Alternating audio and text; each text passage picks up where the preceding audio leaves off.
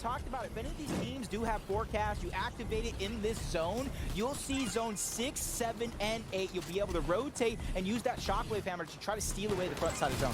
What I like about this visual is that we have Threats and Macwood, and if you don't know anything about these two, you can very much expect to see them in these kind of positions all major long. They love to play height, and they are very good at it as well.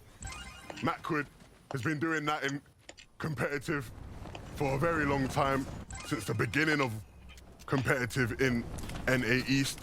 And he'll continue to do it to this day, and the Threats by his side, sorry, they are a formidable duo for sure. Looking out there, I'm like, Encrypted, what are you doing, my man? I know we're going to find out sooner rather than later if that plan is going to work. You see him splash? I think it could. No, well, never mind. Never mind. We'll go back and kind of figure out what he was doing later, maybe after the show, something like that. Because right now, John and Susscript, they're brewing up a plan along with Peterbot and Bugha. Talked about it, their front side of the zone yet again. They have a little bit of a layer, but you know, they're going to probably shockwave. They're going to build up the ramp just like Macwood is doing, but instead, they're going to try to shockwave the front side of the zone. Yeah, that's going to be very secure with all that metal they built there. Walker, so still moving as a solo.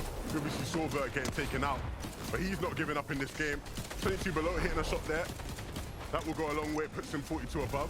So you can breathe, but just for a moment, still need to get back on the offensive static. So they're looking for a box fight situation. They know they need to fight. They know they need to get a refresh. They know they need to get above surge. And the opportunities are certainly around them, but they just have to be a bit quicker. No, getting hammered out of the way. And now trying to hammer back towards each other. Susscript though, he's off split shot. And so he's now going to be playing as a solo. Does have the hammer though.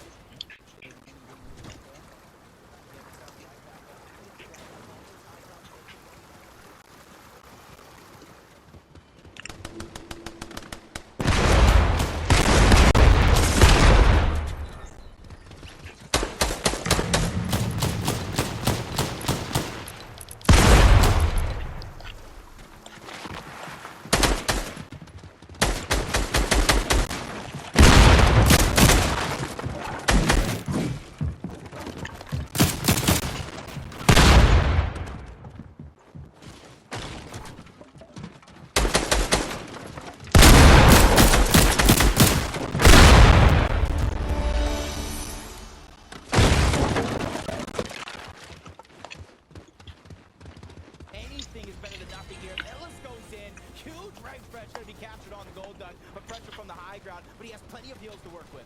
Scuff solo in the backside, just having to rely on his shotgun. Magazine. Right next to Oprah and the Queen. Every time I change my eyes.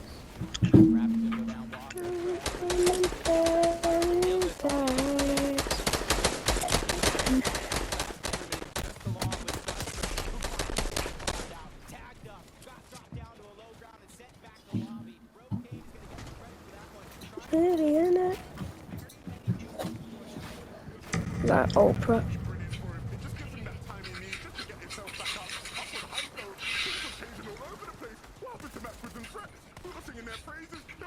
Everything was looking good, and now they're looking scuffed. Now it's down bad. Macwood, no max and no HP. He will fall. ABN and skills up above, looking great. They have the control behind them. Plenty of builds there to connect themselves to, so the danger of not falling is not going to be there. Kanata under siege. He goes down. Him and Agers did everything they could to continue that consistency, just like Jamper and Paper. 5 eliminations so far. Making it to the end game, all they need is a chance. Yeah, it's now kicking off for all of these teams. Brocane still trying to stay alive here. Running low on match. Very low on HP. Can he hit a big shot? That's going to be the question.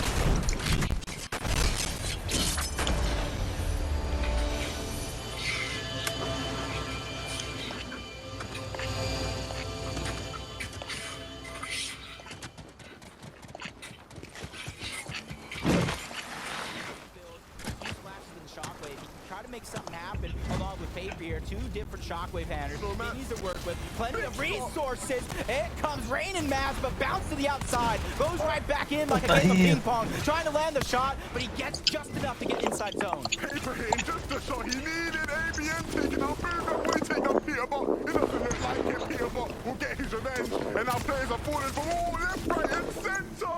But it's going to be a bigger limb for Paper. He keeps on hitting these big shots. I don't know how he does it.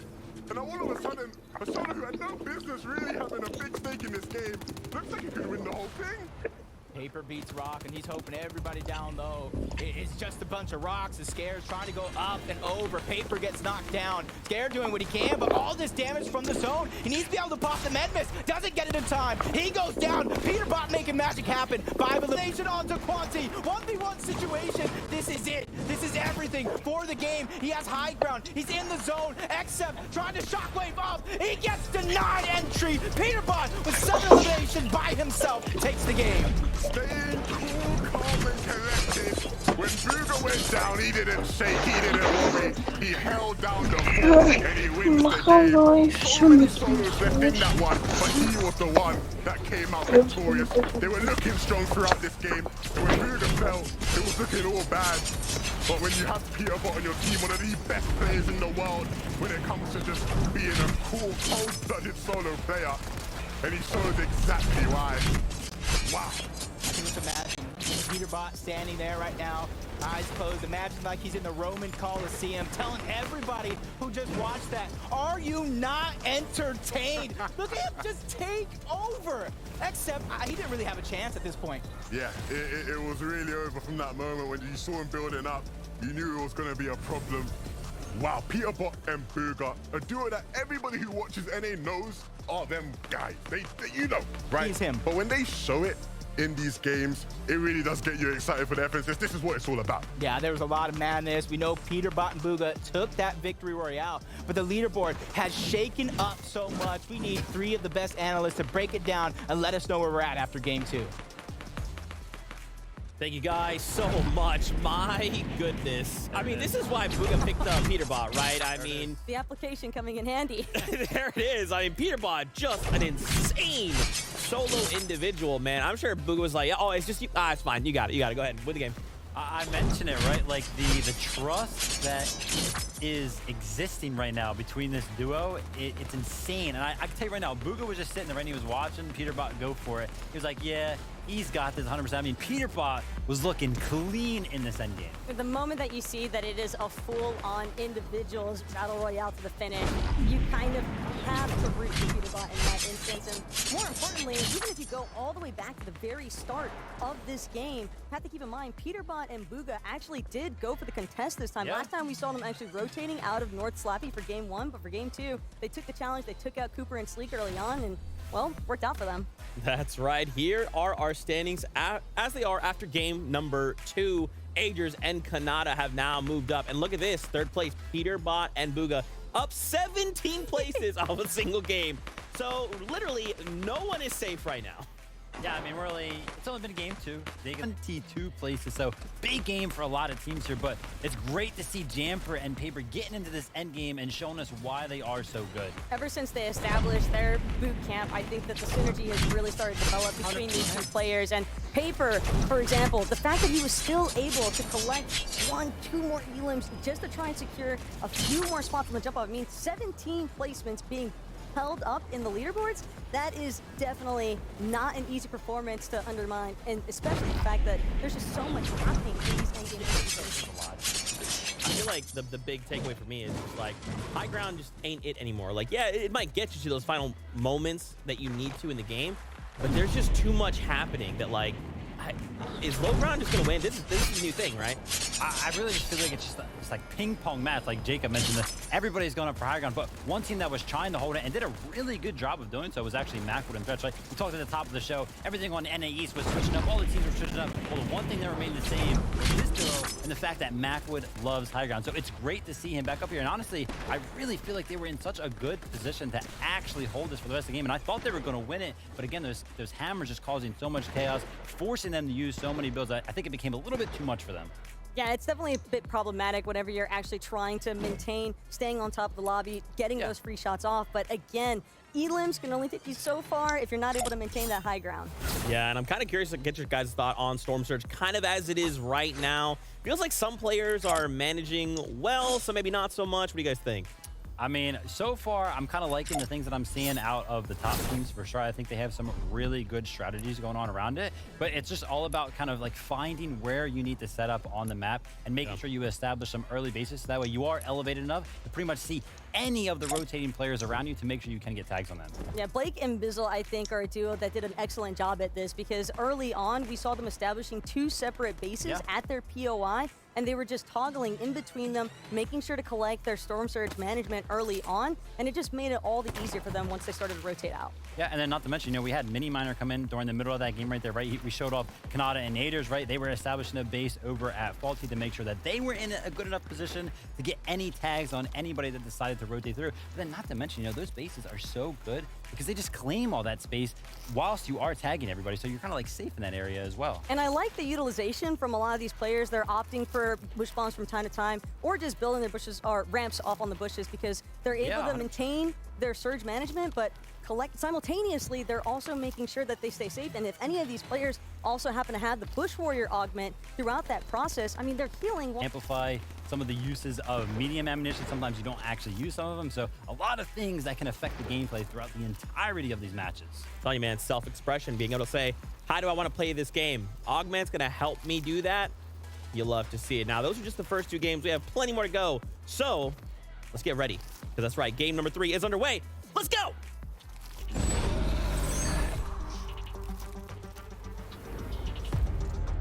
Hello? Already there's so much excitement, Levin. After just 2 games, it feels like it's been plenty more, especially with the way Peterbot handled the pressure of that end game. Hey, look, that's what he does, right? For the best players, it's easy, right? These big moments, they're nothing, right? It's an everyday in the park for a player like Peterbot, but who can rise to that level? There are plenty more. We saw some upsets. We saw big, drastic changes in the standings. There's going to be plenty more of that. But if you are some of the teams who've maybe been struggling off spawn, right? Acorn, can you come back? Can you change that now that we're here in game 3? Yeah, and it makes me wonder, do you change up the whole landing spot? Do you change up how you're playing your specific play style? Because right now, I don't think anybody coming into today after 2 games would have ever expected what they're seeing out of Acorn and Cold. But I'm a believer. I'm a believer in Acorn. I've seen what Cold can do with the biggest pressure of them on. It's only a matter of time. And with game 3 starting now, let's jump in. Let's jump right on in. Too many times today, we've seen the feed go in a direction you wouldn't quite expect. And props to the players who are upsetting the big names in their off-spawn fights. But at a certain point, you got to think things will change. But who knows? This Fortnite, you never know what you're going to get when you drop into a map. I mean, I'm hoping for it. I'm hoping for a little bit of a switch up. Maybe some of these newcomers rising to the occasion. We've got a huge switch up of the bus path, which will allow us to see Dubs and Accept already going at it. Pam's going to go down. Back trying to be straight up, and Dubs takes him straight right back on out. 2v1. And Yamso goes down again. It's all up to Rise. And they fall. 2 straight games right out of the gate. Yamso and Rise are going to be looking to really change things around. From winning the first game to just absolutely losing everything, it seems, in these first 2 games. I can't believe it. That is heartbreaking for Yamso and Rise. I've seen them come back before. It may have been in game number 6, game number 5, and it may have been an Elite Cup. I've seen them come back later. Can I play a little bit here? Is Acorn and Cold. We talked about it, we called them out, and it looks like they're going to stick to the game plan. Yeah, we didn't practice all this time for nothing. Yeah, the pressure is on. They have to come up big. That's so great. Easy at all. It's just going wrong for them. These They're guys are going to be great. able to recover mentally, because this is not easy by any means. When you have sort Oh, of he knew a me. bad start to a day like this. And I mean, props to Coop and Hide and Seek. Because as much as everybody will sit there and go, oh my goodness, how come they come in corner? Cold not doing as well as before. You've got to dig these guys up. Because they have made this upset happen. Well, got to be careful. I don't want to give everyone the situation. But another game in their favour. Who would have thought? It's almost like all or nothing in the next couple of games coming out from them.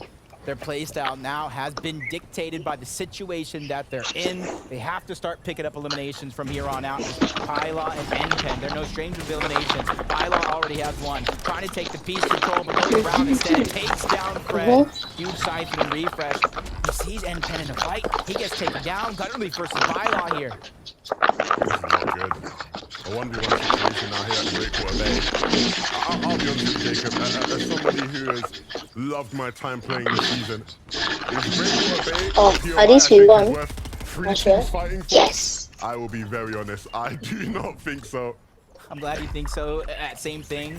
Because I was thinking no. I was thinking no, bro. I trust your judgment. It's one of those situations that, look, Breakwater Bay, it's not got the best metal, it's not got the most materials of any POI by any means. It's not got the most actual loot of any of the POIs. Again, like you said, it's one of those sort of outskirts POIs. I don't get it, but clearly the players feel like it's something we're fighting for. And I think when you look at their positions in the standings, they don't reflect well on the POI. Nevertheless, somebody has to be winning this fight.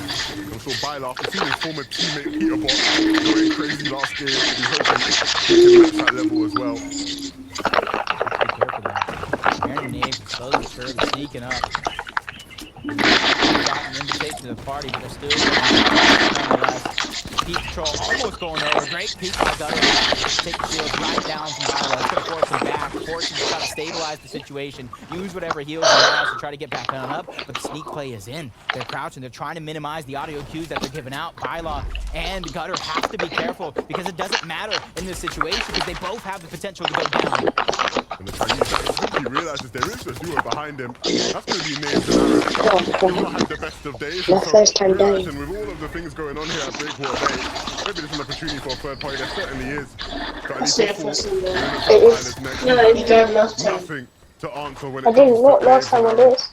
strolling in, making it look nice and But simple. yeah, second For time. Naves and Aaron, who are kind of in that same situation, the lack of metal resources, they got all those refreshes, all the siphon mats. They gotta be looking good for the situation, especially if you count in the search that they just got as Rokin and Joji. A little bit of a split. Wow, you guys can watch some of this guy. Splitting up so they get themselves a What's better this position. grade? Edgy and Miro slowly sneaking in. They heard all the commotion going down, fight after fight finishing, and this is their chance to get their own surge. Only 10 points so far. This is, again, another team you wouldn't expect to be in this position. You see Edgy and Miro playing it very slowly. Looking to try to set up sort of a we'll have to be patient with the opportunity. I'm gonna die. Miro felt the opportunity was there, takes a shot onto Aaron. Maybe could have waited out just a bit longer. Because they have now had time to sort of get their shields back up to a decent point. Of course, still not aware of Edgy's position in this, so this is going to be huge for Edgy. Can he hit a big shot? Not too sure. I'm sure he would have wanted more. Of course, easy with that red eye from close range. This is unfair, just get Trying third to back party. off, doing what he can because he doesn't want to get pushed by them too. He's separated from Miro. All it takes is a split second of separation for them to try to counter, try to attack, and take advantage of the numbers game. But Edgy, he's been in this situation before. He has one of the experience here in the stage. He knows exactly what to do. He's back it off. But there's another team.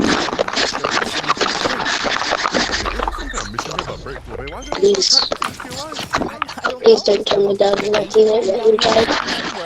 Kind of relaxed. The zone did Easy.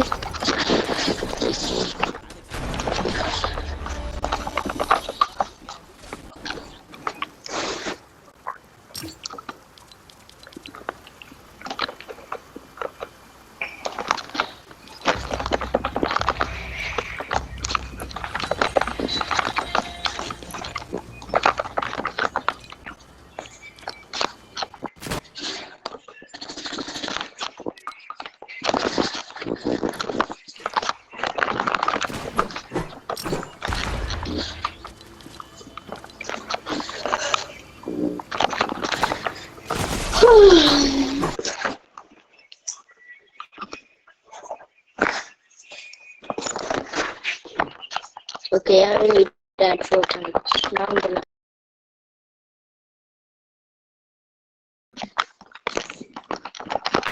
I'm doing serious.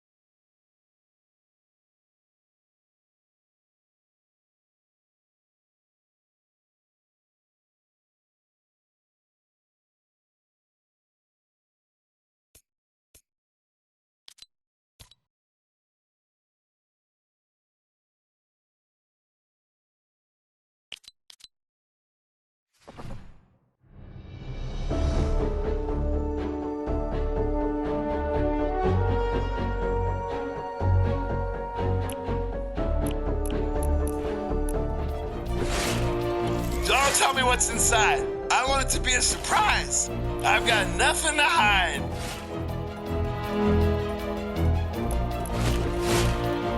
Am I gonna get superpowers? Rated X. Yeah. Adios. Swing back. Yeah, take it on home. What? I was hungry.